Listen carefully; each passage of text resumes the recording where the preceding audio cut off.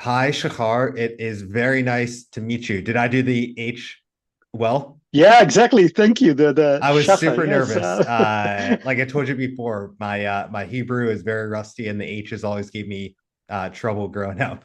But You I'm so nailed it. excited to be speaking with you today about your organization, and I'd love for you to start off and just share who are you, what is your company about, what is your role?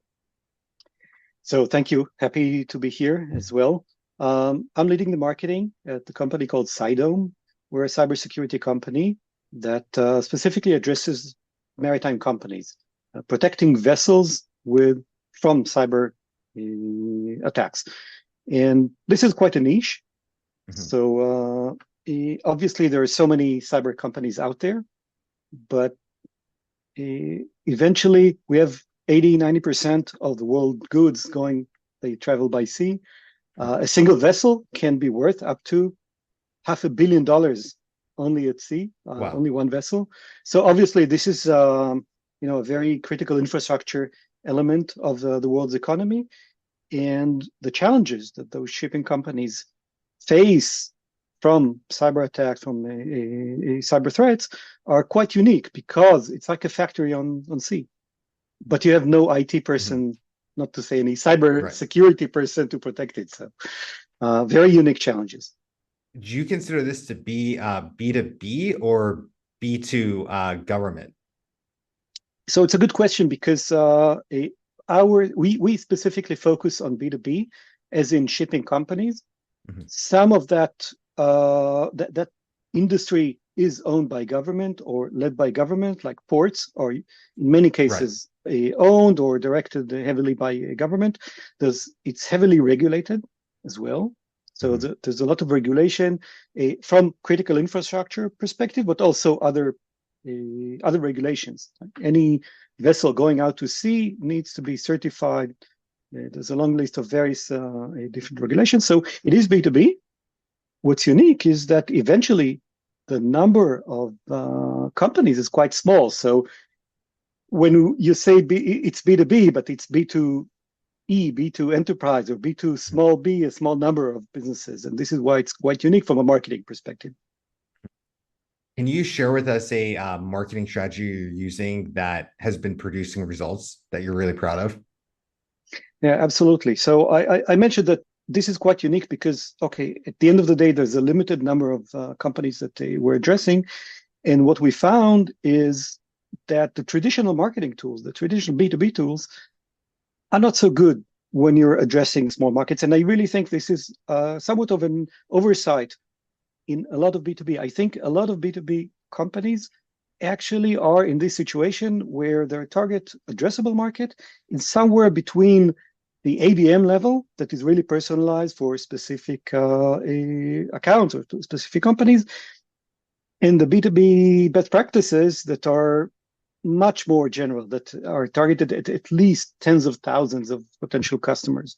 But when you want to focus on a specific segment or you have a niche market, then the traditional best practices sometimes don't work so much. And I think we did some pretty good work around this. And the strategy that we took is really around content and being really religious about how to tie between the content, any marketing activity that you're doing, and your brand messaging. Mhm. So instead of looking at marketing, just a function that wants to bring more leads, more MQLs, maybe SQLs, whatever, you really need to think before you even, when you're already planning and strategizing, you need to think every engagement, every interaction with a potential customer counts. So you Mhm. need to be religious in the way that you, in any engagement, in anything that you either place in an ad, whether it's content, what do you write in the content, the call to action. Like you cannot just create a lot of content and say, okay, this is my marketing strategy. I'll do some SEO. I'll just have a lot of no, and use some AI to scale it up. That really didn't work. What really did work for us is that we created high quality content. You are in a niche or you're targeting a very specific segment. you have a great advantage that you really understand your ICP, Mhm. and you breathe and you live. You walk through the shoes of your ICP, and you know them very well. Or at least you should, as a marketeer. And then once you create high quality content, this is something that even a single interaction with a potential customer, even if you're a startup from Tel Aviv in an industry that is 5,000 years old, and a lot of it run by family-owned businesses as well. So something completely different. That's another podcast by itself. How do you sell to them? Uh, but you bring real value, and it's authentic value, then it's much easier to reach your goals, and much easier to create that interaction, create that interest, create that brand perspective and brand awareness that uh, that eventually, a lot of people say, yeah, I'm about thought leadership, creating content. For me, what worked was be very religious about the value, about exactly pinpointing the actual pains of your customers, and bring them something that they don't know in every interaction. Are you And selling to enterprises internationally or just heavily focused in Israel and the Middle East? we almost don't sell locally. Mhm. We're focused internationally. We have customers in, I think, a few dozen countries already. So yeah, we are a startup, but we are quite advanced. Our product is live with a significant, I would say, a foothold, and we're supporting all those companies. Mhm. What's interesting is that our customers are quite global, because their vessels are actually sailing across the globe, right? So at any given Right. point, maybe the IT manager that is responsible for the ship is located in Japan, in Greece, in Denmark, in the UK, in the US, whatever, in Singapore. But you talk about their responsibility, the vessel, they could be in any time zone at any single point. So the idea of 24/7, for example, is a bit different than what you would the discussion that you would have with a traditional enterprise, that okay, my customer lives in this and that time zone. Those are the working hours. We have after hours. That's okay, but at least I know more or less what to expect. So yeah, So it's do you interesting. see though in communicating across different cultures and countries as a marketing challenge? And I say that I'll give a concrete example why. So you're the second Israeli I've spoken to the last few weeks who has had to go into a bomb shelter. I actually spoke to someone the day where there were, the 150 plus Yeah. missiles that came from Iran. He went to a bomb shelter, came back out, and 2 a.m. Israeli time, he was still having a conversation with me. And it was kind of that Soviet approach that you mentioned to me before. Just I had something to do, is on my calendar, I'm doing it. And I view that in America, where you'll see sometimes the attitude can be like, oh, it's 6 o'clock. Like I need work-life balance over here. And so I just observe there's a much different work ethic, in Israel. That's my observation. But you see that, in turn with your marketing message, how you're trying to build relations with these enterprises and crossing those cultural differences. Wow, it's a big question because it involves several aspects. One is, as a culture in Israel, we deliver. I think Mhm. this is something that really puts us in a unique position, regardless of anything else. Uh, Out of necessity, and out of, yeah, this is our culture. Kind of the chicken and the hen and the egg. But yeah, we deliver, especially in times like this, because we have to. Like at the end of the day, I'm the VP marketing. I have a responsibility in my company, and I have a responsibility for the success and the employees in the company as well, just like the other management teams. And we need to make sure that the fact that we are in Israel with everything that's good in it, definitely with the cyber heritage and all of that, but we need to give our customers the confidence that they're not, that their business is not impacted by anything. So yeah, you have to do it. Something that you really you need to deliver. I'll say that, of course, we have employees are not only in Israel, we have employees all over, but as a mentality, as the DNA of the company is that, and I think it's also the mentality of any startup that you need to prove yourself and you need to deliver. You need to create trust, and the only way to create trust is to deliver. But I think, and I say it with our customers, they appreciate it. So when they hear, like you just mentioned, okay, I've heard or, something happened, or so they appreciate the effort that you're taking. That it's not extra mile; it's the extra 42.2 Right. kilometers, the extra marathon. But they appreciate it, and I really love working with our customers because I think pretty much all of them appreciate it and are very thankful for it, Mhm. and even on a personal level. So definitely. The other part of your question was about differences in cultures around the world, and this is something that I think any company that is going global, one thing that is really important is to really understand the differences between those cultures, and uh, and it boils down to everything that you're doing from the top level messaging, even sometimes. Uh, Even if those are the same personas in similar companies, at the end of the day, you're selling to people. I love probably 1,000 people told it before me, but the quote from the SAP CMO that you sell enterprise software not to big glass buildings, but you sell it to people, right? Right. Big glass big glass buildings don't buy enterprise software, people do. So that's the quote. So eventually, you need to adjust the way that you market and the way that you sell and the way that you support your customers based on their culture. And it's quite different, even between one country to another within Europe. Can you You share need to about be how just be aware. Mhm. can you share about how AI has transformed your approach to marketing? Absolutely. So AI, uh, first of all, I think every marketeer must be versed in AI, in AI tools. I think it's a must. Like if you don't know, if you didn't try yourself hands on, go out, do it now. Go in, go do it now. First of all, because you need to understand the tools. Uh, I'm coming now. I'm working with a startup. Naturally, I don't have the big budgets of the big companies.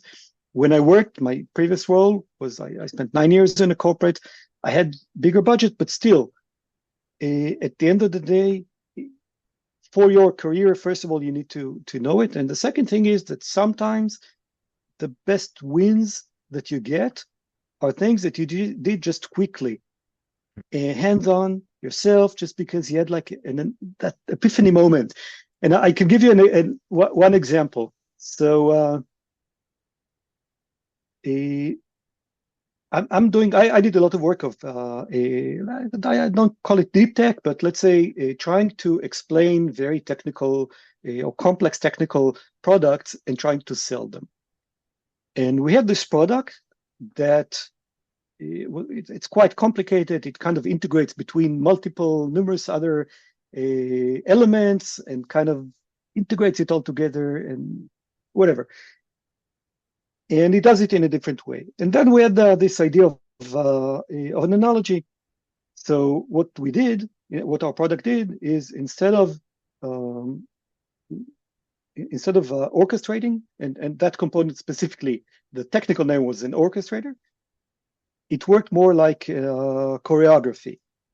Mhm. So instead of one person who tells an orchestrator or in a symphony that tells everyone what they Right. need to do right now, there's a script that each dancer needs to know, and the choreographer just needs to see that everyone is playing in harmony. And then we said, okay, that's a nice thing. Let's create a quick video internally just to explain it. And we created, it took us 1 hour. We created a video out of PowerPoint. Here is a tip, guys and girls. A lot of marketing people know PowerPoint really well. They don't know how to use video editors. Just take some slides, create nice transitions, export them as a video. We did this internally. 2 hours later, it was sent to a customer. The customer Wow. is one of the biggest telco companies in the world, and they loved it. And I would be ashamed if I were to look at the graphics. I couldn't put my name on it, but the fact that you explain something complex in a very simple way, did your video very quickly, and the customer appreciates it. So it's not only about the bling. Sometimes you just need to have a good idea, get it out as quickly as possible. So my last question today is, can you share an AI tool that you use frequently that you would love to share with us? Yeah. So around AI. So first of all, I mentioned that AI can help you move faster. For me, one of the things I use, for example, Midjourney a lot. Now I'm starting to go more into video. It's a little bit more complicated. The one thing that I get from AI that I can't get anywhere else is I'm targeting a niche, and I said I'm very, very specific about the messaging. What I can do in AI is I can get exactly the image that portrays the message that I wanted to bring. And once you nail the visual approach and the visual language that you're using, you can use it as a reference, and then you can create tens and hundreds of different elements that are all along the same lines. They look the same. You get the brand language, something that would have taken months and hundreds of thousands of dollars with agencies in the past. And now, once you nail it, and maybe you do it with an agency, but then it would take you 5 minutes to get that post on LinkedIn. And suddenly the post on LinkedIn uses the same exact language that you have. Remember, you have one chance with your customer. Don't ruin it. So you got exactly the same language, exactly the same message. You get the call to action. They're moved to your website. They get exactly the same visual language again, more brand awareness, more stickiness. This is really important for me. And so this is why I'm using Midjourney. I can say that I've been trying to use more for content writing, to use more, ChatGPT and the rest of those large language LLMs and language models. I'm struggling. I think the answers that the content that I'm getting is to either generic, kind of very superficial, or playing hallucinations. Right. So this is not what my customers and probably your customers don't want. They want high value, and for high value, you still need to do your research. It can help you do the edits, but the content, you'll still need to do the legwork. Yeah, I'll give an example too of last night I was doing a non-business prompt, and I use Gemini a lot. And I wanted to know a specific question as I was going back and forth with my friend about football. And so I said, tell me the last season. This is American football.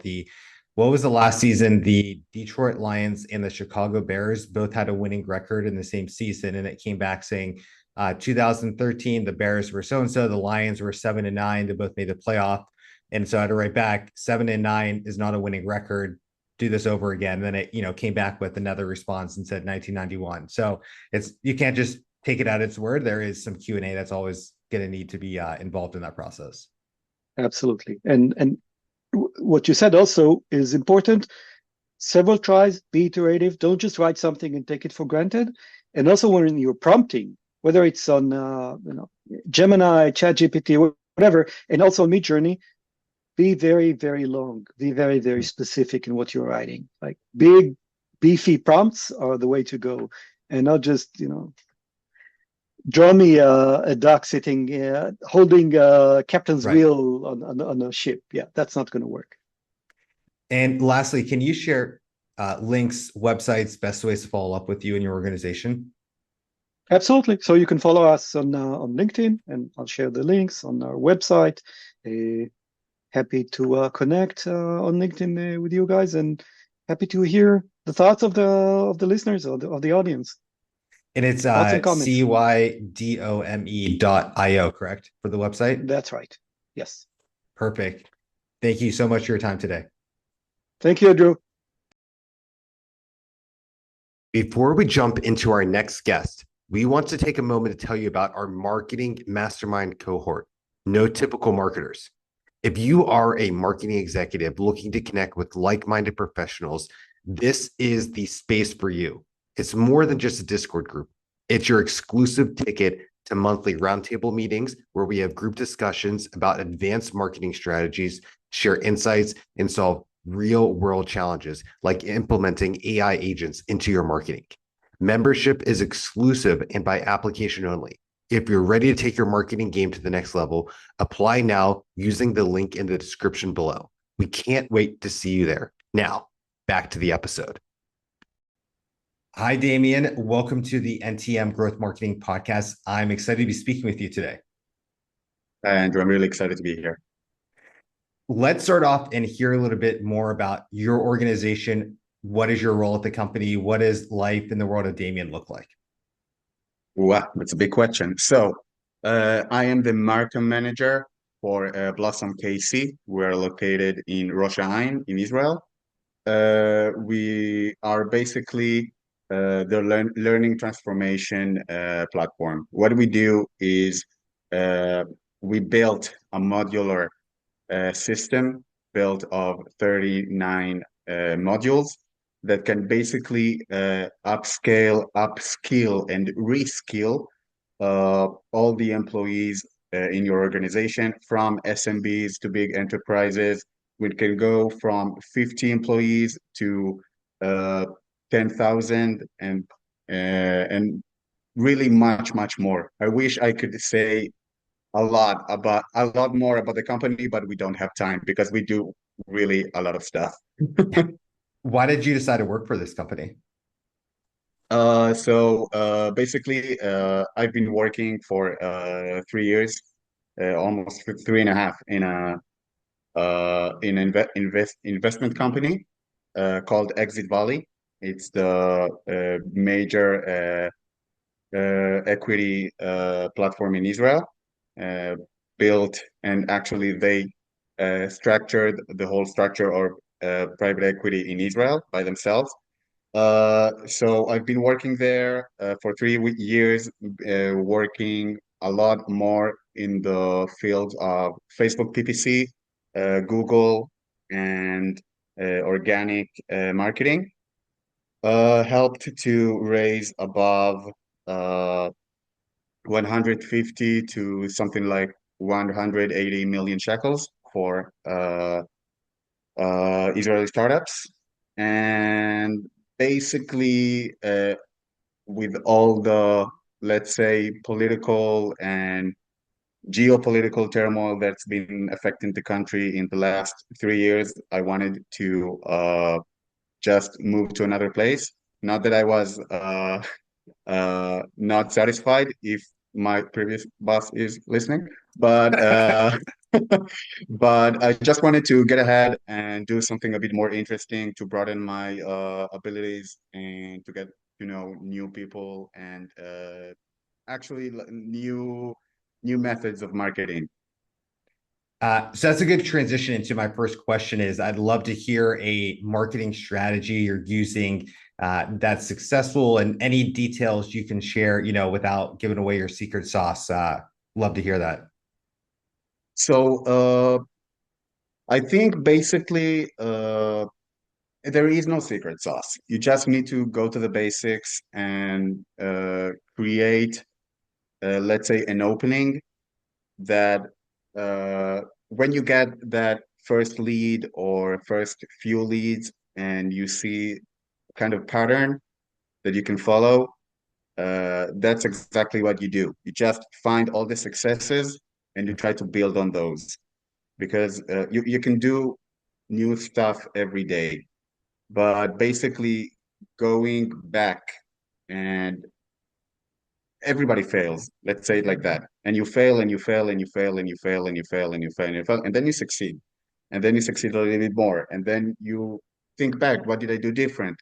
And so you just need to try to find those little successes and try to hold on to those and do the same things that you did before, which succeed. What I do is, after that long ass uh, exposition. We do in Blossom mainly organic marketing, and we have also an amazing team of Google Ads, PPCs, and an SDR located also here in Israel, and another one located abroad. They really do an amazing job. They just scatter throughout the whole the internet and just find people who are really uh, can benefit from our product, and they just do the legwork basically. I just need to publish a few posts every here and there, and they just go and do the work. And we work in unison, let's say it like that. But you need to be patient. As I said before, you fail a lot, but when you go through the failures again and again, basically you will succeed at the end, and you just need to hold on to your dear life and wait for that success to happen. Can you share a little bit more on why patience is important in marketing? Well, so patience. So basically, a lot of I can say that a lot of business owners or CEOs or just decision makers, they believe sometimes that let's say you bring a new marketeer to the company, or you just bought the services of a marketing agency, and they believe that, oh, okay, so let's, I don't know, throw 30 grand on that campaign, and in 3 days we're gonna have all the leads that we need, and the business is gonna we're gonna get rich. And everybody wants to be rich, nobody wants to do the work. So you do need to explain to many people time after time that uh, st success takes time. And basically, you need to build the whole infrastructure and try and really do all the, let's say, the classic moves that everybody knows. You need to search the market, and then you need to do some A/B testing, try to see what works, as I said earlier, and then you just go and collect the fruits of your hard work and labor. Because let's say in my previous job in the investment company Exit Valley, we had, I really like to think about our marketing strategy as a guerrilla approach. I uploaded a campaign to Facebook, let's say, or LinkedIn, and if it didn't work, if I didn't get any lead after maybe 40 hours, 48 hours, I just scratched the whole campaign and do something new, which was really successful in that field specifically, in that specific company. But I do know, looking back, that this is one of a million situation. If I would do that in any other place, nothing will be successful, and you just need to be patient. You need to be patient and wait for the success, because just throwing the money on the internet is not going to give you anything. It's going to give you the views, it's going to give you the traffic maybe. And if that's your let's say if that's your goal, just bring traffic, that's okay. But if you want to bring money and uh, hold on to those KPIs that you really want to reach at the end of the quarter or the end of the year, you just need to be patient and believe in your content, believe in your campaign, believe in your team that you have. Can you share a little bit about how AI has transformed your approach to marketing? AI is my best friend. Uh, I really love ChatGPT. I'm That's your using favorite LLM? it is my favorite AI software at the moment. I love Perplexity too. They are a bit different in the way you need to approach them. Perplexity really gives you, let's say, answers that are more human sounding. But at the moment, when you start and pay to ChatGPT, it really starts to learn your patterns, how you think, learn about your company, and I really hope that it's not going to use it against us in a post-apocalyptic world or war any in the near future. But basically, the ability of ChatGPT to remember and to twitch uh, all the information that you give it accordingly. And of course, if you know, ChatGPT has also the personas uh, system, which basically you can just tell them, okay, so now you're a professional marketer that worked in the industry for 10 years and has been very successful, and you're a genius. Now let's talk about it. And it really helps with creative thinking and tweaking your campaign in a way that you didn't think about earlier. And also just the legwork that nobody wants to do. Just reading through your long documents that really need to be audited. Let's say a blog, not in your native tongue. As anybody can hear, I'm not an English native speaker, but You're doing let's say great. they can. Thank you. Yeah, I'm really excited. Uh, but taking, let's say, an ebook, which is very long and of course using a lot of words that you don't usually use during your day-to-day.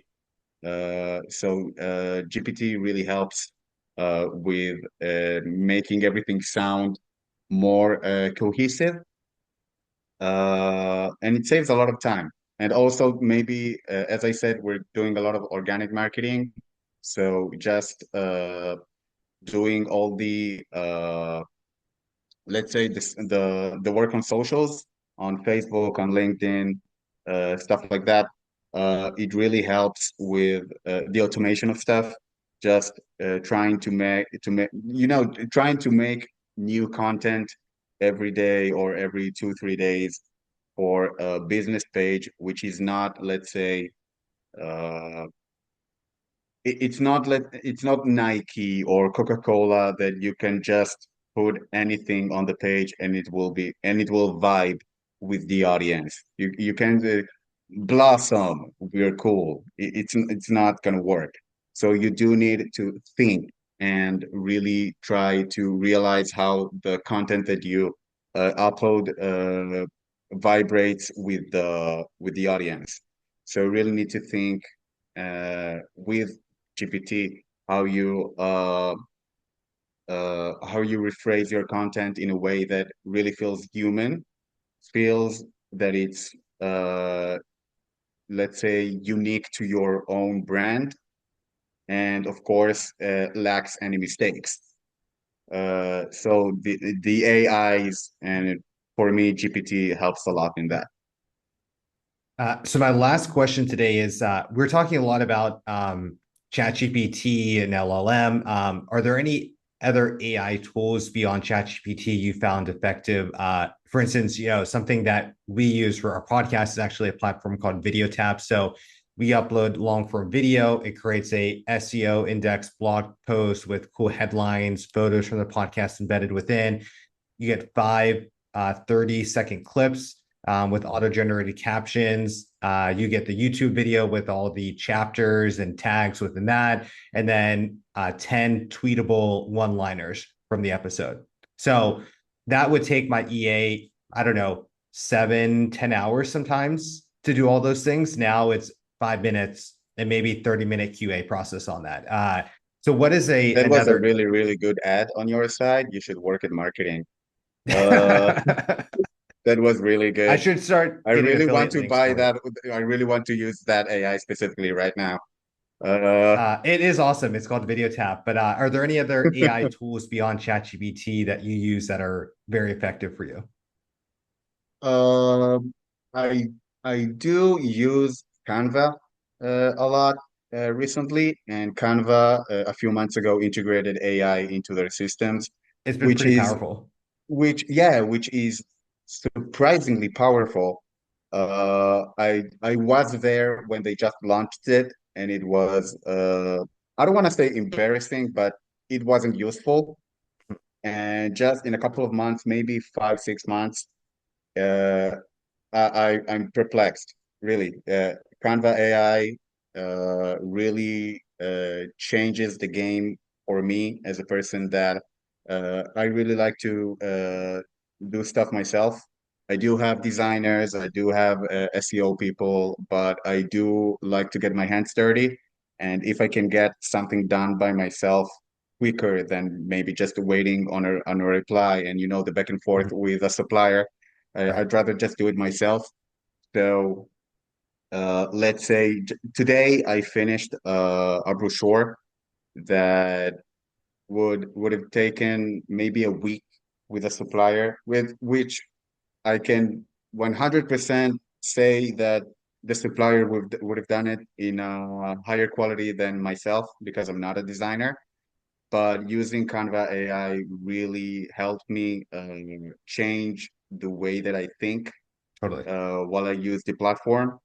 And Our EA, just just, to interject, we do the same thing. My EA, Jenna, uh, she figured out how to use Canva, and sometimes she's doing internal assignments for us. And she's not a professional designer, but in the same way, like she can just do it day of instead of needing to get a quote from an in-house designer, and that process might take yeah, a week. And then it's like we just need this done today, and why not use Canva for stuff like that? yeah. I do have uh, I do have a lot of AI recommendations that I haven't used them yet, but I have a specific friend that I send AI recommendations all the time. So I can find it in just a second. Uh, but basically, I found a lot of stuff that, as you said, really similar to recording your screen, making short videos, many I found a lot of AIs that help with upscaling and reshaping photos. I wish I could tell the name of all of those because there are really many, but eh, there it is.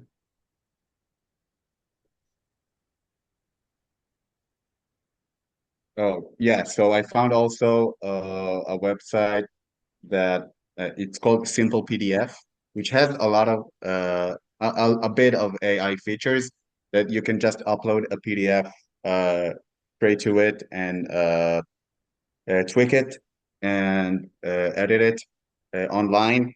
Also add signatures, stuff like that. So I do know that, as I say out loud, it's not really impressive, but Mhm. it's that kind of stuff that you're stuck with a PDF and you want to edit it and you don't have the tools to do it and you just search the web and nothing helps and then you just found, oh yeah, I really needed that specific tool. Thanks, great. Stuff like that. Perfect. So, Damian, can you end us with any links, ways to follow up with you Uh, sure. Links. for your Like, organization for Blossom? oh yeah. Yeah, there we go. Okay, I'm gonna get a lot of DMs. Uh, so we are at LinkedIn in Blossom KC. Uh, I'm gonna send also the specific links. We'll get those Social. in the show Okay. notes. Yeah. Okay. So we have on LinkedIn, we're called Blossom KC. On Facebook, we have actually two pages. We have an Hebrew page, which is called Blossom Platform, and the third one on Blossom UK. It is called Just Blossom. You can find it on Facebook and on LinkedIn. Uh, and And that's it for now. I am working on other channels.